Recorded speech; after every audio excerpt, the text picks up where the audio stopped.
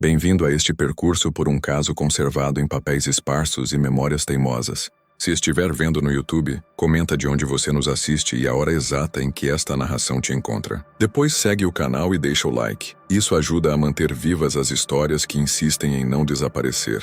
No ano de 1859, a cidade ainda atendia por desterro. Entre o casario baixo e as ladeiras que escorriam até o porto, chegavam escunas com tecido, louça, sal e, vez ou outra, um luxo que virava assunto de sala: espelhos. Vidros grossos prateados em Lisboa, trazidos como sinal de respeito próprio, pendurados em paredes caiadas para confirmar golas, tranças e hierarquias. Foi diante de um desses que começou a história. O nome do menino, como aparece nos poucos registros que sobreviveram, é Vicente Andrade, batizado na freguesia de Nossa Senhora do Desterro no ano seguinte ao nascimento. Filho de Ana Joaquina, rendeira de bilro no Ribeirão da Ilha, e de Manuel Andrade, pescador que alternava a canoa com trabalho sazonal na armação de baleia. Em nota à margem do livro de batismos aparece, escrita anos depois, a observação discreta de quem viu a criança crescer sem doenças de grande alarde. Nada ali anuncia o que viria. O espelho que nos interessa pertenceu ao negociante Manuel de Menezes, morador de Santo Antônio de Lisboa. Era a peça de que se orgulhava nas festas: madeira entalhada, linha inteira de vidro vindo do porto, mercúrio ainda vivo no verso. Numa tarde sem data precisa, mas atribuída ao primeiro semestre de 1859, Ana Joaquina teria batido na porta com o filho pela mão. A versão mais sóbria diz que não pediu milagre nem dinheiro. Pediu só para tirar a dúvida, porque a conversa já corria de cozinha em cozinha. O menino não se via. Quem anotou o que aconteceu dentro da sala foi um rapaz de caligrafia miúda, encarregado dos recibos do dono da casa. Ele escreveu sem pressa de convencer. Havia cheiro de cera, uma janela batia por causa do vento norte, e meia dúzia de pessoas se alinhou diante do vidro para ver o que se via. Viram-se todos, faltou um. Onde deveria estar a figura do menino, a superfície devolveu apenas o pano do fundo e a faixa de madeira nua. O rapaz resumiu com uma frase que voltaria como refrão: era um vazio com forma. A anomalia doméstica, num primeiro dia, espalhou-se pela ilha na semana seguinte. O carteiro comentou no balcão da venda. Um sacristão levou a conversa à sacristia. Um curioso insistiu em levar pequeno espelho de bolso até a rendeira para repetir a experiência na sua cozinha. Repetida ela foi. No vidro do dono da venda, a mesma ausência.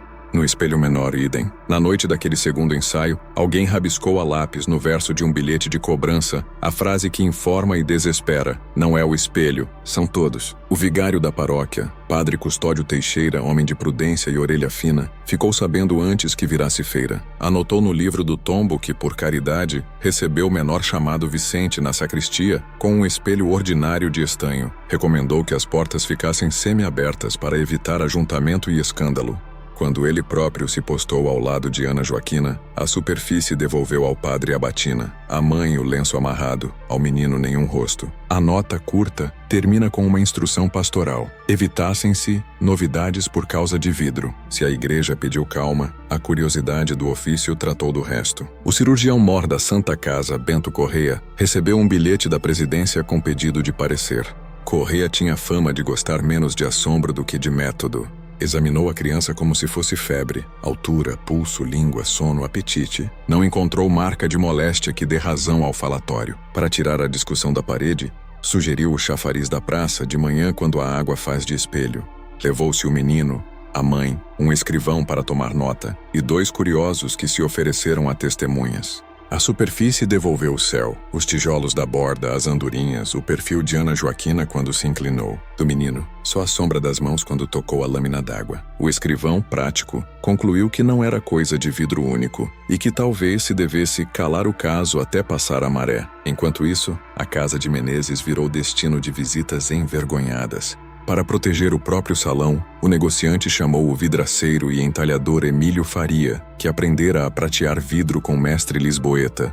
Faria examinou a peça grande, prata bem posta, mercúrio sem bolhas, uma mancha antiga no canto inferior, nada que justificasse perda de figura no centro. Trouxeram então outro espelho menor com moldura simples e repetiram a sessão. A anotação de Faria, seca como convém a quem vive de medir brilho, é valiosa justamente por não anunciar teorias. Se fosse defeito, todos se perdiam. Não é. A certa altura, o caso precisou ser administrado como assunto de cidade. O jornal local, que se orgulhava de fazer entrar a luz pela rua do mercado, publicou uma nota pedindo silêncio cristão e lembrando que a ilha não carecia de romarias para ver espelho. O recado, ainda que sensato, teve efeito ambíguo. Conteve a multidão, mas conferiu status de documento a um rumor que, sem papel, poderia morrer de sono. No intervalo entre uma experiência e outra, há restos de vida comum que ajudam a lembrar que ninguém vive só de ocorrência.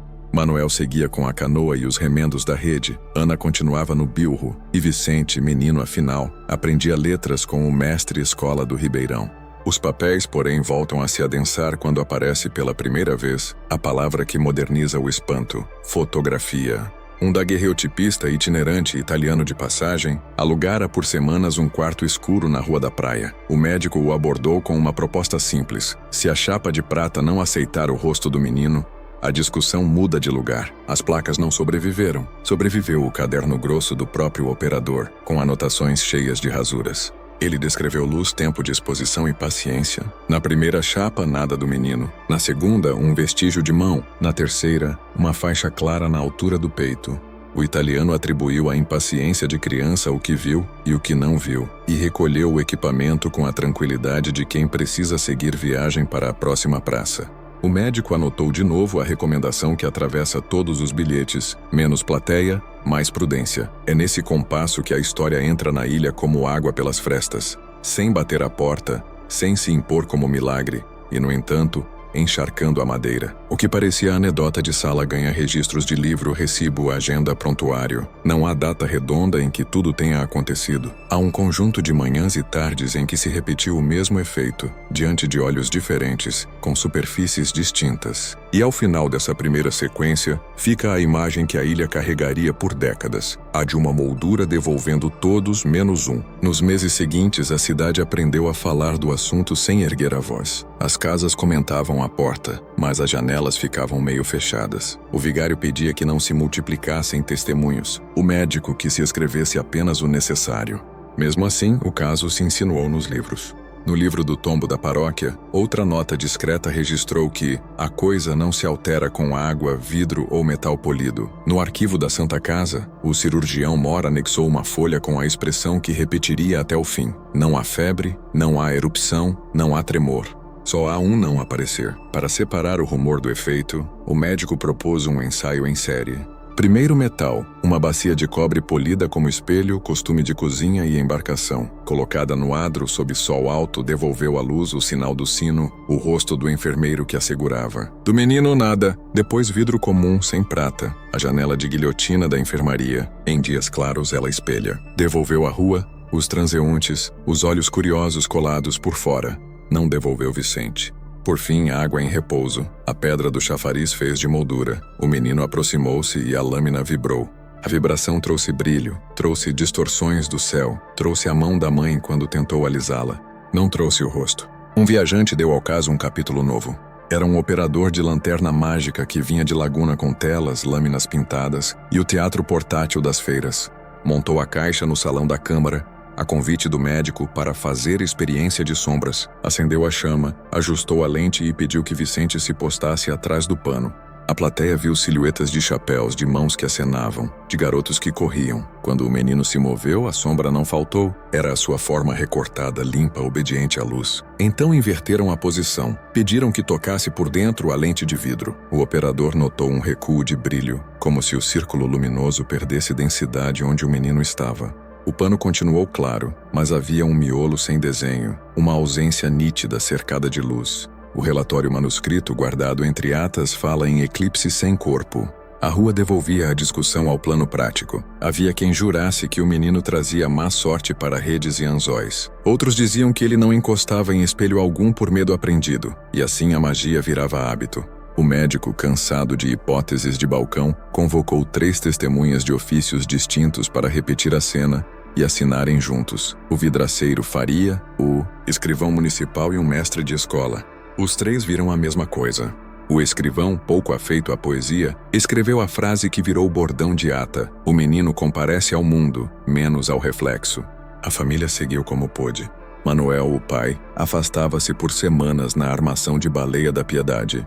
Ana, a mãe, mantinha a mesa com o bilro e um pequeno favor que começou a surgir. Rendas compradas por curiosos, mais pela história do que pelo desenho. O menino tentava a vida de aluno. O mestre de primeiras letras o acolheu com naturalidade e exigiu o mesmo caderno e as mesmas letras. Na lousa, Vicente escrevia. Na janela, Vicente não era devolvido. Um colega mais atrevido levou um espelhinho de bolso para provar no recreio. O mestre confiscou e escreveu ao pai do garoto uma carta seca. Não é assunto para recreio. Quando o inverno apertou e entrou o vento sul, a cidade recolheu os ensaios para dentro. É dessa época uma anotação de Emílio Faria, que pediu licença a Ana para uma visita em casa. Levou consigo um fragmento de vidro recém-prateado, pouco maior que uma mão, e um caixilho de madeira clara, novo.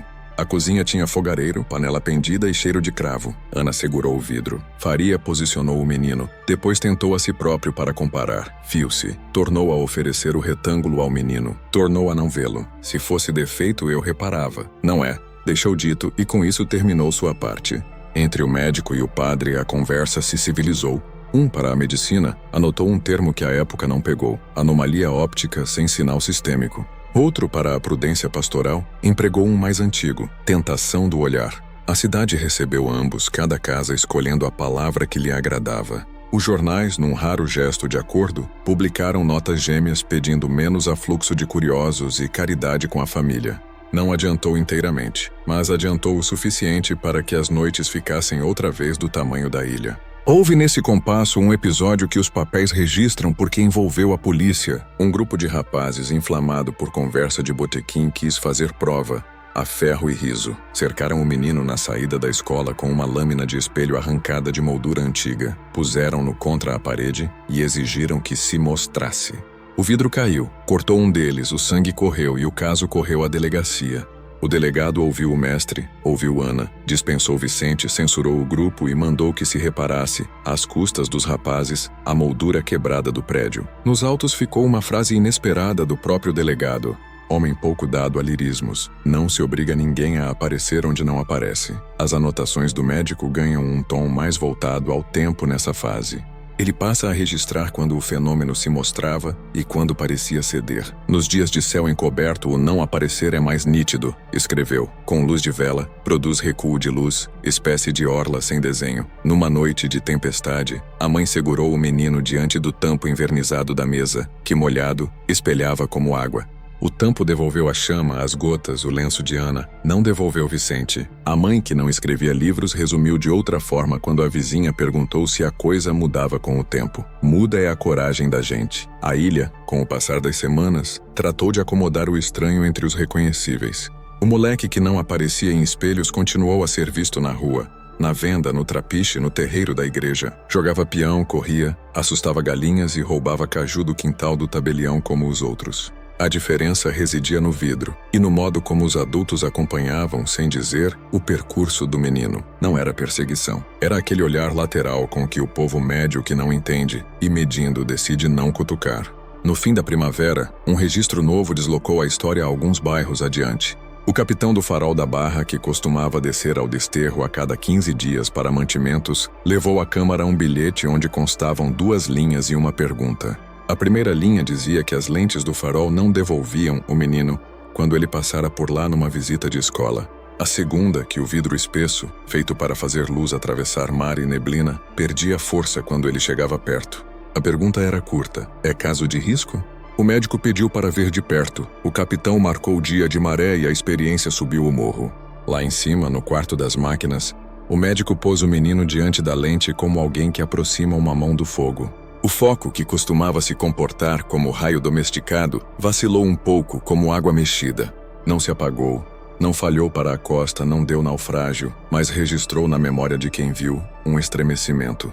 O capitão anotou no seu caderno opaco uma recomendação prática: não deixar meninos encostarem, e acrescentou a lápis: sem assinatura, principalmente aquele. Se a ciência de então parava nos termos, a imaginação do povo seguia por atalhos. Falaram em bruxas velhas das praias, em promessas mal pagas, em nomes de santo trocados na pia. Alguém sugeriu chamar o homem do retrato, um fotógrafo novo que se instalara na Rua do Príncipe com ambrotipos e paciência. O médico, que já tentara chapa com o italiano, aceitou porque a cidade não sossegaria sem nova tentativa. O retratista montou a câmara, preparou o colódio, acendeu o fogareiro, explicou a Ana que a criança precisava ficar imóvel como estátua. Fez a exposição, revelou a placa. O que a chapa guardou foi o contorno de uma cadeira vazia, com marcas brancas onde o sol batia e uma zona de cinza compacta onde deveria haver corpo. O retratista não escreveu crônica. Guardou a placa numa caixa de madeira com as palavras cadeira ocupada, riscadas à faca. A essa altura, o caso ganhou o tamanho exato que a ilha podia suportar sem virar romaria. Não havia cura a prometer, não havia demônio a expulsar, não havia aparato a quebrar. Havia um menino que o mundo reconhecia por todos os lados, menos por um, e havia sobretudo uma frase repetida em papel e boca. É um vazio com forma. A cidade, que aprendera a lidar com ressacas e pragas de formiga, começou a lidar com isso também, até que uma ausência diferente, mais literal, atravessou o espelho da rotina e obrigou todos a voltar a olhar. A ausência diferente chegou numa tarde de festa do divino, quando a cidade, toda azul e vermelha de bandeirolas, girava em torno do império erguido no largo. Havia procissão, fogaça, tambor de caixa do divino e um sol oblíquo que fazia de cada vitrine um pedaço de mar. Diante da vidraçaria de Emílio Faria, um tropeço de carroça arrancou a moldura de um espelho grande. O vidro partiu-se em placas que cruzaram a rua como lâminas de água e ficaram ali inclinadas, devolvendo pernas apressadas e o céu mexido pelas bandeiras. Os meninos, com o reflexo a um palmo do sapato, brincavam de fazer caretas na barriga do vidro. Vicente se abaixou, escolheu um fragmento sem trinca e levantou-o até a altura dos olhos. Viu a rua, viu o cortejo, viu o próprio fragmento na mão, mas não viu a si mesmo. Não era novidade em si, era o modo como aquilo o fez se afastar 2 passos para trás, como quem recua de uma beira. Ao anoitecer, quando as lanternas do império começaram a brilhar como luas pequenas, Ana deu pela falta do filho. Perguntou na venda, perguntou na escadaria da igreja, perguntou a quem guiava a bandeira. Ninguém o vira desde o fim da tarde. Manuel, de volta da armação, sentiu o coração bater em galope e correu para o trapiche. A capitania avisou o farol. O vigário abriu o adro. A bandeira do divino, que aquela noite dormiria no altar, veio para a rua por capricho do destino ou respeito à aflição e seguiu à frente de uma busca de vozes baixas e passos largos. Encontraram o menino perto da água, deitado de lado entre pedras negras no caminho do antigo lazareto. Estava molhado até o peito. Não tremia, não dormia. Respirava como quem voltou de um mergulho fundo. Na mão cerrada, o fragmento de espelho da tarde. O médico apalpou, olhou os olhos, mediu pulsos, perguntou o que houve. Vicente disse pouco. Que o vidro fazia um barulhinho fino quando encostava no ouvido, que seguiu o som até o poço entulhado ao lado do lazareto. Que alguém lá embaixo respirava com ele. Que quando abriu a mão, a água ficou lisa como o tampo da mesa. E ele não se viu. Só ouviu. O médico anotou sem febre, sem delírio, cheiro de breu nas roupas e recomendou silêncio. O delegado tomou nota do local, mandou afastar curiosos e devolveu o fragmento à mãe, que o embrulhou num pano de prato como se fosse faca de família. No dia seguinte, Emílio Faria jurou na câmara que o vidro quebrado fora todo recolhido ao anoitecer. O pedaço que o menino segurava parecia, de fato, recortado de outra lâmina, mais antiga, com a prata já opaca em manchas. Isso abriu 2 frentes, a dos que falavam de coisa velha chamando coisa nova e a dos que desconfiavam que alguém andava trocando as experiências honestas do médico por brincadeiras de feira. O retratista, informado do resgate no lazareto, pediu para ver o fragmento. Pôs-no diante da câmara sem chapa, apenas para observar a luz atravessá-lo. Do outro lado, uma queda de brilho, breve e estranha, como se a própria claridade ficasse sem fôlego.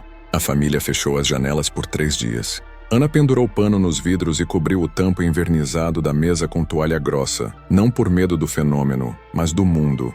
Manuel, sentado, no batente, armou-se de paciência. O menino, que passara uma noite fora de lugar, desceu do silêncio para um humor que ninguém esperava. Pediu ao barbeiro que lhe cortasse o cabelo sem espelho nenhum. O barbeiro, homem de pulso seguro, aparou com a janela às costas e a mão na cabeça. E os 2 riram quando, por hábito, ele tentou mostrar o resultado num espelhinho e lembrou. Há tempo que ali só apareceriam as paredes. A cidade, porém, sentiu que algo deslocara uma engrenagem. No mercado da alfândega, uma velha que vendia farinha de mandioca sacou de um espelhinho de lata, desses que as vendedoras usam para consertar o lenço do cabelo. No instante em que Vicente passou por trás da banca, o metal devolveu a lona, as cestas, o teto de ripas, mas não devolveu o rosto dela. Voltou um segundo depois, como se o espelho tivesse piscado. A velha gritou, jurando que o menino levou meu rosto. Na semana seguinte, 2 moças disseram ter visto suas faces desaparecerem em nada, no vidro da vitrine quando o menino atravessou a rua. Os jornais, cautelosos, registraram como sensação fugidia de sombra. O médico, menos poético, anotou anulação transitória no campo espelhado adjacente. O vigário, menos técnico, escreveu na margem do sermão contágio do olhar. A notícia subiu de novo ao farol. O capitão mandou dizer que durante a visita de escola seguinte, a grande lente deu uma engasgada de luz quando o menino pôs a mão na barra de ferro e se aproximou do vidro. Não apagou, não falhou, mas a borda escureceu como se um anel tivesse passado por dentro. O capitão desceu à cidade no dia do pagamento, foi à Santa Casa e contou ao médico com a linguagem de quem fala de vento. Foi como rajada sem vento. O médico pediu licença para observar outra vez, em maré mais calma. O capitão concordou, mas pediu por escrito que se evitasse levar crianças ao quarto das máquinas. O pedido foi arquivado junto de receitas para tosse e um bilhete de peixeiro. Assim é o destino dos papéis que importam. O delegado, ouvindo histórias de vitrines que piscavam, quis cortar pela raiz o nascimento de uma caça. Chamou 2 rapazes mais atrevidos da Rua do Príncipe, advertiu-os de que experiência não é licença para a maldade e avisou ao mestre de escola que a porta do recreio ficaria vigiada enquanto durassem as novidades. Mesmo assim, houve quem tentasse medir o invisível com crueldades miúdas. Um sujeito de botequim jogou cachaça num espelho para ver se desmanchava o menino. O espelho, claro, só devolveu cachaça. O sujeito ganhou, além do vexame, a conta inteira daquela noite. O retratista voltou à carga com um ardil de ofício. Propôs fotografar não o menino, mas o que estivesse imediatamente atrás dele, usando a criança como filtro improvisado. A chapa revelou o fundo com nitidez irregular, como se uma nuvem arredondada tivesse pousado na sala durante o tempo de exposição. O retratista, orgulhoso de ter ao menos produzindo um defeito com forma, quis expor a chapa na vitrine. O médico pediu que não. O homem guardou a imagem numa caixa, desta vez com outra etiqueta escrita a lápis, nuvem em recinto. Foi por essa época que chegou carta de São Paulo, assinada por um professor de física conhecido do cirurgião Mohr. A letra pequena falava de refrações, refletes e superfícies multifásicas, e aconselhava, com polidez distante, a abstenção de públicas demonstrações, por decoro e por método. O médico, sentido, acatou como podia. Suspendia experiências com o público, retinha os termos na gaveta e passava a ouvir mais a mãe. Quando Ana dizia, hoje ele está cansado, encerrava-se o assunto. Nada disso evitou que a cidade passasse a medir a distância do menino como quem mede o alcance de um lampião. Havia vendedores que o atendiam pela porta, vizinhas que ofereciam água em caneca de barro, barcos que preferiam zarpar quando ele já estivesse no trapiche, para não ter de ficar frente a frente com o próprio reflexo no espelho de popa. Não era expulsão, era arranjo. Manuel rosnava quando percebia, mas depois em casa se calava, e às vezes ficava longo tempo olhando a lâmina de água parada dentro de uma gamela, como se procurasse ali um caminho.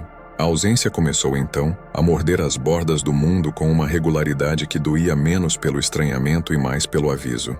Na barbearia, as lâminas de aço perdiam brilho quando passavam perto do menino, voltando a rebrilhar assim que cruzavam o contorno do seu ombro. Na aula de costura da Rua da Praia, uma moça deixou cair a agulha ao perceber que a ponta não fazia tremeluzir a janela, quando Vicente olhou por cima de seu caderno. No açougue, o tampo de mármore que vivia polido escureceu como pedra molhada quando o menino arrastou o dedo sobre a superfície e dali ninguém se viu, até que passasse um pano grosso. Nada quebrava, nada enfeitiçava. Era sempre esse escurecer breve, essa orla de nada que ia e vinha. O ponto de virada, o que atravessou o espelho da rotina, foi uma noite de maresia dura, quando a maré subiu com prenúncio de vento e o farol precisou abrir toda a luz para bater mais fundo. O capitão mandou um recado urgente. pedindo que o menino por aqueles dias de trovoada ficasse longe da barra. Não por crendice, anotou, mas porque luz que vibra menos em noite ruim é sorte tentada. O médico, que respeitava quem falava de vento com gravidade, foi à casa de Ana e pediu, com mão no chapéu, que se obedecesse. Manuel assentiu na hora, mas ao deitar ficou de olhos abertos, lembrando que trabalhar com o mar é aprendê-lo a custo, e que obedecer o mar costuma ser melhor que entendê-lo. Quando o vento virou de vez, a ilha ficou deitado ouvido. Levantaram-se tramelas de janela, amarraram-se portões, recolheram-se roupas do varal e benzeu-se a porta com água de benta, dessas que ficam em concha perto da imagem de santo. Ana, que tinha o costume de acalmar a casa cantando muito baixo, calou. Vicente, que em noites de trovão costumava pedir para dormir no canto do chão, perto da cama da mãe, dessa vez não pediu. Encostou na parede, olhou para o escuro do teto e esperou. O primeiro clarão fez a janela do quarto virar um retrato de prata. Por um instante o vidro devolveu toda a casa, a cama, o lençol, a sombra de uma cadeira, a mão de Ana em oração. Não devolveu o menino. O segundo clarão, mais perto, devolveu menos coisas ainda. A tempestade passaria, como passam as que crescem rápido demais. Mas aquela noite não terminaria sem que algo, no alto do morro, também tremesse na lâmina. O capitão mais tarde diria num bilhete curto que a lente suou por dentro. E ao amanhecer, antes que o sino da igreja pedisse água para o telhado, um pescador desceu ao desterro com uma história que encheu a rua de gente. Ele jurava ter visto, na distância do mar, um rastro claro onde as estrelas não se refletiam. Disse que acompanhou o rastro com o olho e que ele vinha manso e teimoso em direção à ilha. Disse que não ouviu rebojo, nem remada, nem vela. Disse que era um caminho sem céu abrindo-se na água. E parou aí, porque as palavras acabaram. De manhã cedo, quando o sal ainda encrespa os cabelos como mão de vento, a ilha já estava inclinada sobre o cais do desterro. Quem acordara antes do sino jurava ter visto mar adentro, uma faixa opaca navegando contra a corrente, um risco sem estrelas, como se alguém tivesse varrido o céu dentro d'água e deixado uma trilha limpa. O pescador que trouxera a notícia voltou com mais 2 testemunhas. Cada uma contava com suas medidas, mas todos concordavam no essencial. A faixa vinha na direção do lazareto, onde o poço entulhado guardava silêncio demais para um lugar abandonado. O delegado, que pertencia à espécie de homens que preferem ver o que temem, mandou 2 praças acompanharem o médico e o vigário. Manuel foi junto. Ana foi porque não sabia ficar. Vicente foi porque o mundo, quando puxa, puxa pelo nome. O retratista apareceu com sua caixa e pediu licença de olhar de longe. O capitão do farol, em terra desde a noite, caminhou a passos curtos como quem desce escada onde não há degrau. A pequena coluna, vista de cima, parecia procissão sem andor, cada qual levando a própria obrigação no rosto. O poço estava como sempre estivera, pedras comidas de salitre, capim tentando ocupar o buraco, uma madeira velha atravessada como tampa. Mas havia água onde não deveria haver. Não era poça de chuva, era lâmina. O médico ajoelhou-se, estendeu a mão, não tocou. A superfície não tremia com o vento. Era plana de um plano que dá medo, lisa de dentro para fora como tampo de mesa encerada. O vigário sussurrou qualquer coisa que lembrava latim e conselho de mãe. O delegado pigarreou como fazem os que mandam quando não sabem o que ordenar.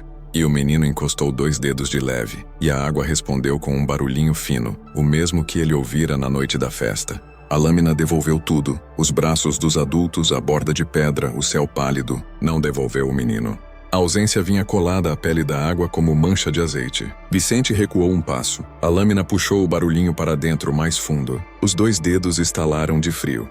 Ana agarrou-lhe o punho e só o soltou quando a pele esquentou de novo ao sol. O retratista, que se atrasara abrindo a caixa, ergueu a câmara. O médico levantou a mão em proibição. Na beira do poço não haveria imagem para guardar. Ninguém viu a faixa do mar entrar no buraco. Talvez porque certas coisas não entram pelas mesmas portas que usamos. Mas naquela tarde, espalharam-se notícias de que os espelhos da Rua do Príncipe escureceram por um instante, como se um bando de nuvem tivesse passado por dentro das lojas. Na barbearia, a lâmina suspendeu o brilho. Na chapelaria, a vitrine ficou cega. No açougue, o mármore devolveu carne sem sangue. Coisas de pouco segundo, dessas que um homem apaga com uma piada, salvo quando se repetem.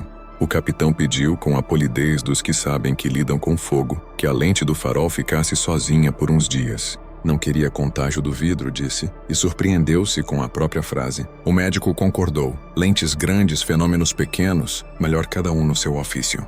O vigário, por sua vez, Chamou a Irmandade do Rosário para uma reza em voz baixa, dessas que não afrontam o céu, nem a razão. Ana levou o menino, não para oferecer, mas para esconder entre cantos. Aos pés do altar, Vicente fechou os olhos no momento em que todos os outros os abriram para a bênção, e foi como se a ilha piscasse ao contrário. Naquela noite, o retratista fez sozinho a experiência que lhe fora negada. Montou uma câmara escura no fundo da loja, fechou janelas, vedou frestas, deixou uma fenda de luz do tamanho de um grão de arroz voltada para a rua. Quando Vicente passou, projetou-se no pano branco a imagem banal de pernas, saias, chapéus, um cão e um miolo oval absolutamente sem desenho, avançando como se fosse um pedaço de sombra que não obedecia à sombra. O retratista tremeu de entusiasmo e medo. Não era nada, era um nada com forma. Guardou o pano dobrado dentro de um envelope pardo e escreveu, de próprio punho, ausência com vontade. O delegado, informado da manobra por alguém que sempre informa, foi à loja com 2 homens. Não confiscou nada. Pediu que aquilo ficasse guardado enquanto respirassem ventos ruins. O retratista, que não era tolo, assentiu muitas vezes. Depois que a autoridade saiu, ele abriu a gaveta, passou a mão no pano dobrado, como fazem os supersticiosos com medalha de santo, e trancou a gaveta de novo com chave de filme. O caminho sem céu não era visível todos os dias. Havia manhãs em que o mar devolvia o céu inteiro e tardes em que a água parecia pensar. Mas mesmo nos dias limpos aconteciam pequenas falhas. Um espelho se esquecia de alguém ao fundo. Uma colher não devolvia o olho que a encarava. Uma vidraça preferia mostrar a rua vazia. Vicente já sabia quando isso se armava. A pele do braço arrepiava, o som do próprio passo ficava meio oco e o mundo ganhava a consistência de quarto antes de acender a luz. Nessas horas, a mãe o sentava num banco, longe das vidraças, e contava histórias de quando era menina no continente, até o ar voltar ao normal. Houve quem tentasse curar o menino com receita de flor de sal e galho de arruda passado em cruz sobre água. Houve quem sugerisse um médico do Rio, desses de jornal. Houve quem advogasse um exorcismo, e o vigário, com a doçura que a idade dá aos bravos, explicou que ninguém expulsa o que não entrou. Manuel, que conhecia a rudeza do mar e a mansidão das coisas grandes, fazia o que sabia, cercava o filho com presença e ficava sentado, calado, como quem toma conta de fogo aceso atrás da porta. O poço do lazareto foi por ordem do delegado, cercado com tábuas e 2 cadeados. É conhecido o destino de cadeados em lugares que mexem com a imaginação. Encontraram, uma semana depois, o segundo pendurado na tranca e o primeiro faltando sem sinal de arrombamento. O vigia jurou que ouvira barulho de colher. À noite, como se alguém mexesse açúcar em caneca. Som pequeno batendo no fundo grande. O médico, menos disposto a metáforas, anotou. Ressonância de lâmina. Em casa, Ana guardava no fundo do armário, embrulhado no mesmo pano de prato, o fragmento de vidro que o filho trouxera da Rua dos Andradas. Às vezes, à noite, com todos dormindo, ela pegava o pacote, desembrulhava até metade, olhava o dorso fosco, a prata manchada, e o embrulhava outra vez. Certas mães seguram objetos para não segurar medos.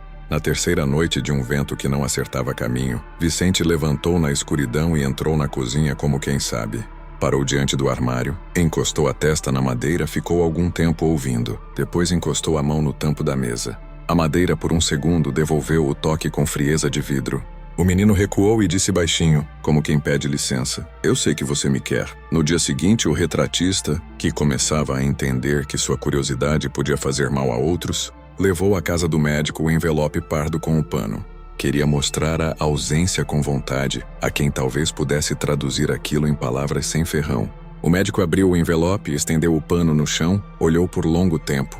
Não havia truque de luz nem mancha de tinta. Era um contorno, um ovo de sombra onde o resto era desenho. Eu não sei o que é, disse finalmente, mas também sei que nem tudo o que se vê se deve mostrar. Dobrou o pano de volta, devolveu ao retratista e os 2 combinaram de não dizer. Pactos de silêncio. Em cidade pequena, às vezes duram mais que pactos de fala. A ilha, que vinha aprendendo a conviver com o estranho como quem aceita um parente excêntrico na sala, foi colhida por um acontecimento menor em escala, enorme em significado. Na aula de primeiras letras, a professora pediu que as crianças copiassem no caderno a palavra janela. Pôs no quadro uma janela desenhada com giz, 2 folhas, um peitoril. Quando Vicente levantou os olhos para copiar, a palavra sumiu do quadro como se alguém passasse uma mão invisível. A professora, que não era dada a sustos, apagou e escreveu de novo. O giz rangeu obediente, a palavra apareceu e ficou. O menino voltou ao caderno, repetiu a palavra sem erro e ninguém mencionou o ocorrido. À saída, porém, 3 colegas se afastaram dele sem maldade, do jeito que as crianças se afastam de um cachorro que não querem provocar. O capitão, que fora menino antes de ser faroleiro, viu de longe essa pequena separação no portão da escola e decidiu que já estava na hora de tentar aquilo que evitara por prudência, falar com o menino como se falasse com uma coisa maior que ambos. Encontrou-o no trapiche, torcendo um barbante. "Vicente", disse ele, "há vidros que dão luz aos outros." O do farol é um. Às vezes a luz engasga porque tem poeira, às vezes porque venta torto. Quando venta torto, a gente espera o vento assentar. Quando tem poeira, a gente limpa. Tu sente vento ou poeira? O menino pensou sério e respondeu do jeito que podia. É vento por dentro. A expressão ficou na cabeça do capitão e, no mesmo dia, ele a levou ao médico, que a escreveu num papel e a guardou na capa do caderno. Vento por dentro virou chave sem fechadura para as conversas entre eles. Servia para dizer o que não se conseguia dizer. E serviu sobretudo de antídoto contra as palavras grandes que começavam a entrar pela porta com visitantes curiosos. Assombração, maldição, castigo. O médico tinha um método: apagar palavras que maltratam e deixar as que ajudam. Mas havia uma pergunta que não se apagava. Por que o caminho sem céu escolhera aquele poço morto? O vigário, que lera mais cronistas do que deixava transparecer, lembrou que lá fora isolado quem chegava doente pelo mar. As paredes do lazareto tinham sido feitas para segurar respirações. Vidro também segura, disse o retratista numa conversa de esquina. Luz e respiração viajam pelos mesmos lugares, acrescentou o capitão sem saber que estava dizendo uma poesia. O médico, juntando pedaços, pensou alto. Se um lugar foi feito para reter, mesmo quando desfeito, continua a reter. O menino encostou onde tudo foi retido. Manuel, que ouvia sem entender, mordeu os lábios. E quem devolve o que ficou preso? A resposta, se existia, talvez estivesse por vir, porque, na noite em que o vento caiu e a maré abriu um caminho liso, a cidade viu outra vez a faixa opaca surgir do lado do mar, e desta vez, não parar no lazareto.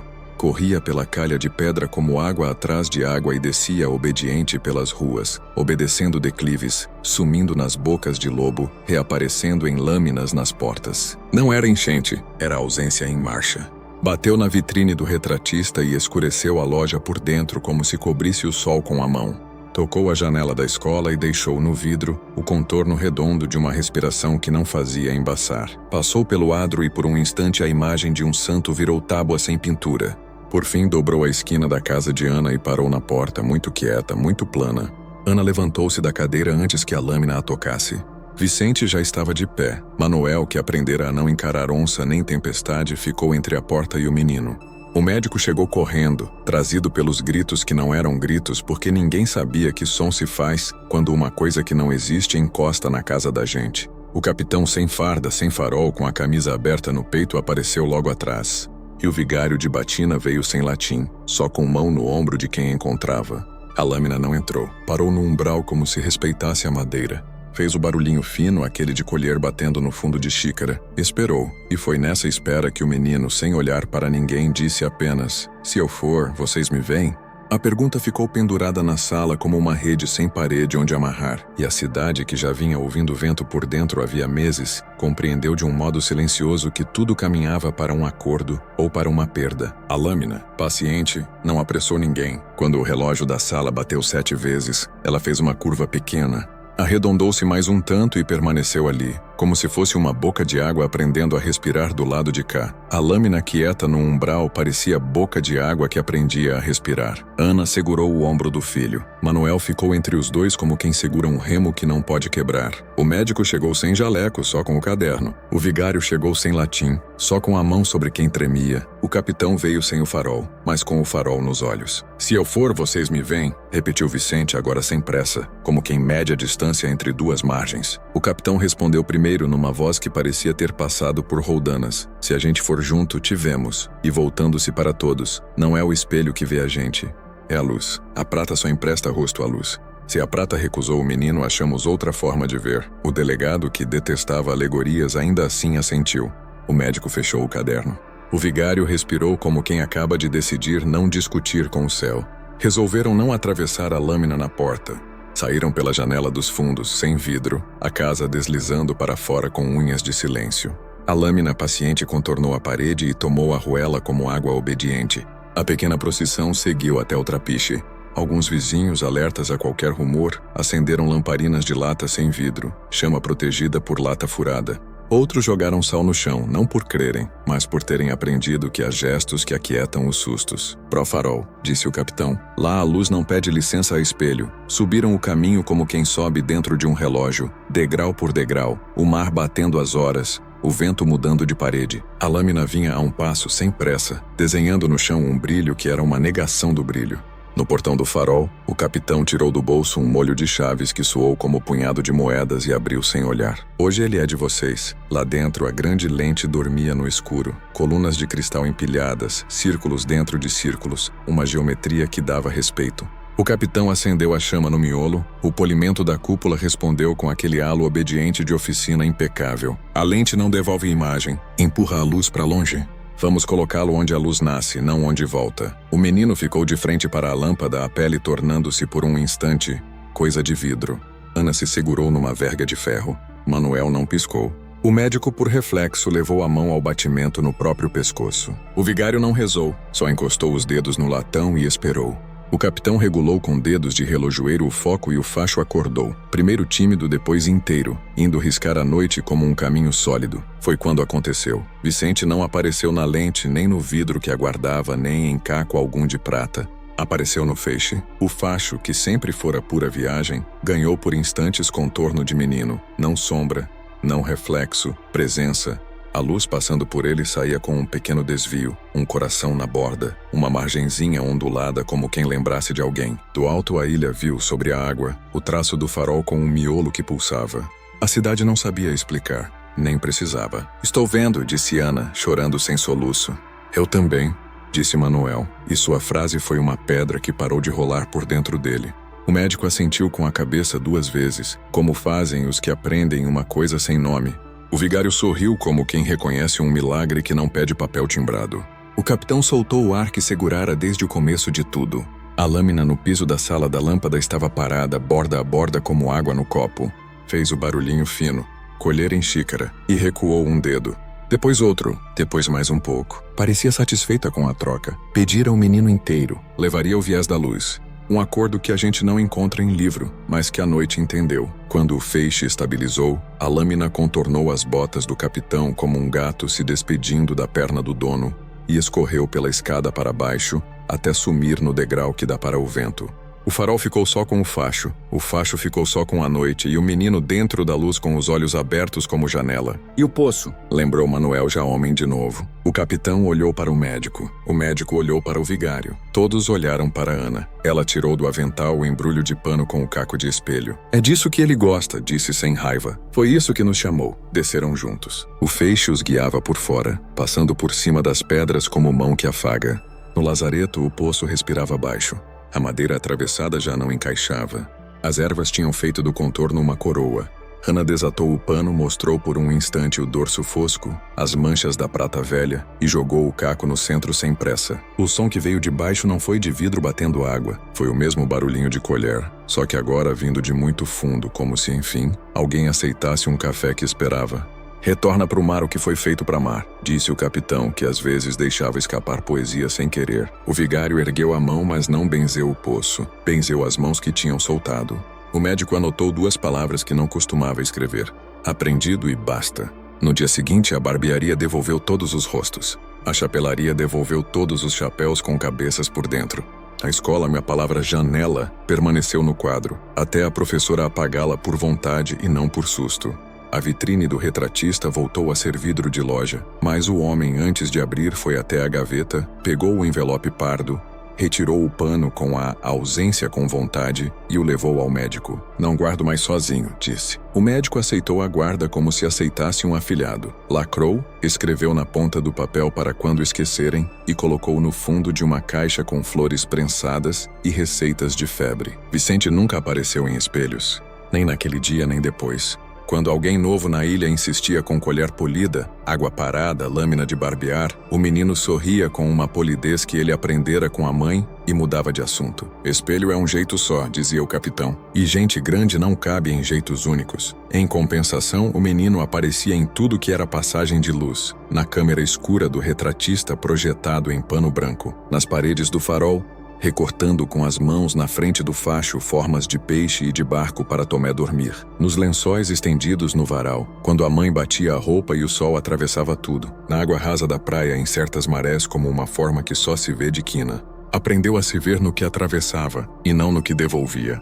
O delegado, que preferia papéis a histórias, escreveu um relatório enxuto com 3 linhas. Fenômeno relacionado à refração luminosa no farol. Poço lacrado. População calma. Guardou-a com outras notas sobre brigas de rua e barcas atrasadas. O vigário escreve diferente. Em sua agenda de capa gasta registrou: houve paz sem vitória. Houve vitória sem derrota. O capitão manteve silêncio oficial, mas, nas noites de vento bom, riscava com o feixe um coração miúdo longe, onde só os peixes viam, e ria sozinho da própria ousadia. Anos passaram, e o nome do desterro um dia trocou de santo, mas isso é outra conversa. O lazareto virou ruína mais franca. O poço recebeu grade nova e uma tabuleta que dizia não abrir. Recados que os netos respeitam mais que os filhos. O retratista envelheceu e legou sua caixa ao aprendiz, com a recomendação de não insistir em ver o que não quer ser visto. O médico guardou o envelope pardo até o fim e deixou instrução para que fosse parar no cartório, sem chamada na Gazeta. O vigário foi enterrado com calado de homem. Disseram que morreu num dia limpo, olhando pela janela e repetindo muito baixo: vento por dentro. Vicente cresceu, e o corpo acompanhou a luz que o aceitava. Trabalhou com Manuel no mar, depois com o capitão no farol, depois sozinho guiando canoas na barra em noite de véu, quando o barco de fora procura o traço do mundo. Casou-se com quem sabia falar baixo e olhar comprido. Os filhos herdaram o riso da mãe e a saúde do pai. Apareceram em espelhos como o resto da gente. Quando algum curioso perguntava pelo caso antigo, Vicente respondia com paciência: tem gente que não dá certo com prata, mas dá muito certo com caminho. Uma vez, numa tarde de agosto, acrescentou: ver não é só devolver, é deixar passar. Teve quem me visse e foi suficiente. Houve, no entanto, uma noite de dezembro em que a maré voltou a subir fora do costume e o feixe do farol, de repente engasgou um segundo, uma falha que só os que conhecem o ritmo ouviram. O capitão já não estava, o farol tinha outro guarda, mas o corpo da ilha lembrava o susto com a precisão com que se lembram os trotes de um cavalo. Vicente subiu a escada com pressa boa, arrumou a chama, manteve o facho inteiro.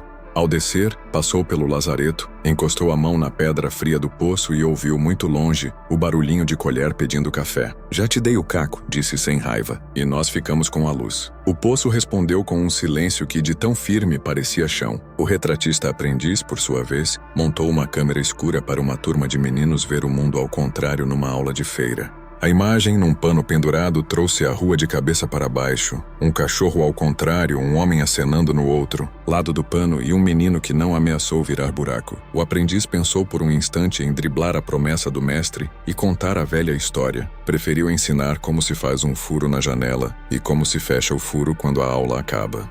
Há maneiras de proteger e ensinar ao mesmo tempo. Quanto à lâmina, nunca mais lambeu portas. Às vezes, em madrugadas de lua nova, uma linha mais escura corria ao largo da costa e ninguém dava nome, como não se dá nome à nota que um peixe tira da água quando salta.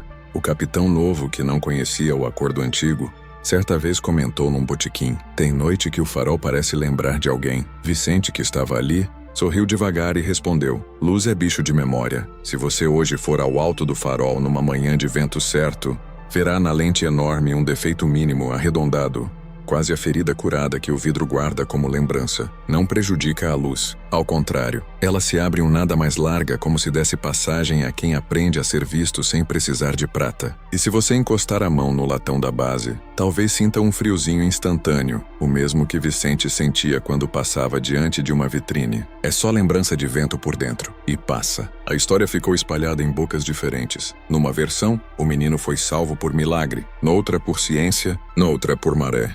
Os mais velhos da praia repetem que foi salvo por todos juntos e por ninguém sozinho, o que, no fim, é o jeito como as coisas boas acontecem na ilha. E quando algum visitante insiste pedindo prova, O barqueiro de hoje responde como respondia o de ontem. Prova não tenho, mas posso te levar à noite, até a boca da barra onde o facho toca o costão. Se você olhar sem pressa, vai ver um pequeno desvio na borda, um coração que não é desenhado, uma margem que se lembra. É o menino. Não no espelho, no caminho. E assim ficou. O caso do menino que não aparecia em espelhos terminou sem queda nem queda de pano.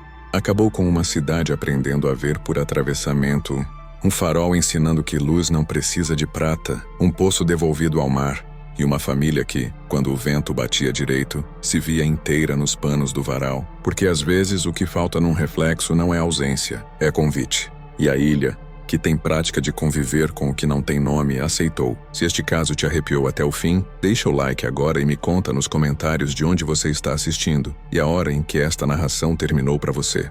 Qual detalhe mais te inquietou? Qual é a sua teoria? Inscreva-se no Brasil Noturno e ative o sino para não perder os próximos arquivos esquecidos que voltam a respirar por aqui.